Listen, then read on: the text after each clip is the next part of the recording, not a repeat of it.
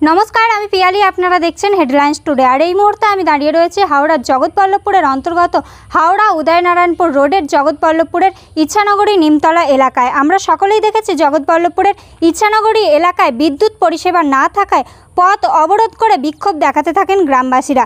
প্রায় 3 ঘন্টা ধরে চলে এই বিক্ষোভ। এই ঘটনার খবর পেয়ে ঘটনাস্থলে পৌঁছায় জগৎবল্লভপুর থানার পুলিশ, যেখানে দেখা যাচ্ছে জগৎবল্লভপুর থানার পুলিশকে ঘিরে বিক্ষোভ দেখাতে থাকেন এলাকার স্থানীয় বাসিন্দারা এবং পরিস্থিতি আরও উত্তপ্ত হয়ে ওঠে। এই ঘটনায় জগৎবল্লভপুর 1 নম্বর অঞ্চল সভাপতি আজিজুল রহমান গায়েন তিনি অসুস্থ হয়ে পড়েন এবং তাকে তড়িঘড়ি উদ্ধার করে চিকিৎসার জন্য হাসপাতালে পাঠানো হয়। তারপরে ঘটনাস্থলে পৌঁছায় জগৎবল্লভপুর থানার ভারপ্রাপ্ত আধিকারিক সহ পঞ্চায়েত সমিতির সভাপতি। দীর্ঘক্ষণের চেষ্টায় অর্থাৎ প্রায় 3 ঘন্টার পর এই পথ অবরোধ তুলে দেন জগৎবল্লভপুর থানার পুলিশ। ইতিমধ্যেই পথ অবরোধ ওঠার পরে যান চলাচল স্বাভাবিক হয়েছে। সরাসরি দেখুন সেই ভিডিও হেডলাইন্স টুডের পর্দায়।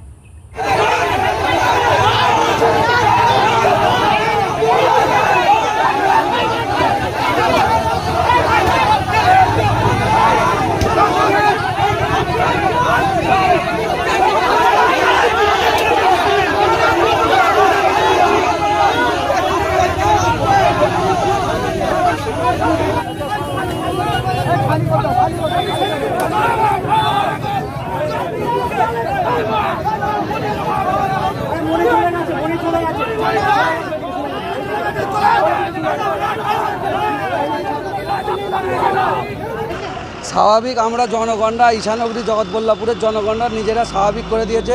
এখানে পুলিশ প্রশাসন বা সরকারের কোনো ভূমিকা দেখতে পাচ্ছি না। দীর্ঘদিন ধরে আমাদের সমস্যা চলে যাচ্ছে এবং কালকে একটা আমাদের মুসলমান সমাজের ঠিক আছে তোমার ঈদুল আজহার প্রোগ্রাম ছিল, রাত 12টা থেকে সকাল 2টো অবধির পরিষেবা দেয়নি। তারপরে দীর্ঘদিন ধরে আমরা এই সমস্যায় ভুগছি, একদিনের তারে নয়।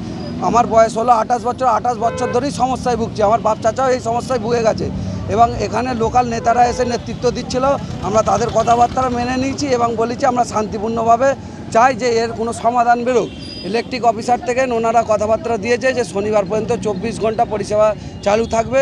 দুর্গতির কারণে ঝড় বৃষ্টি হলে লাইন সার্কুলেট হবে এবং ওনারা ভূমিকা দিয়েছে যে 11,000-এর সাথে ওনারা মুন্সিয়ার দিয়ে এটা কানেক্ট করে দেবে।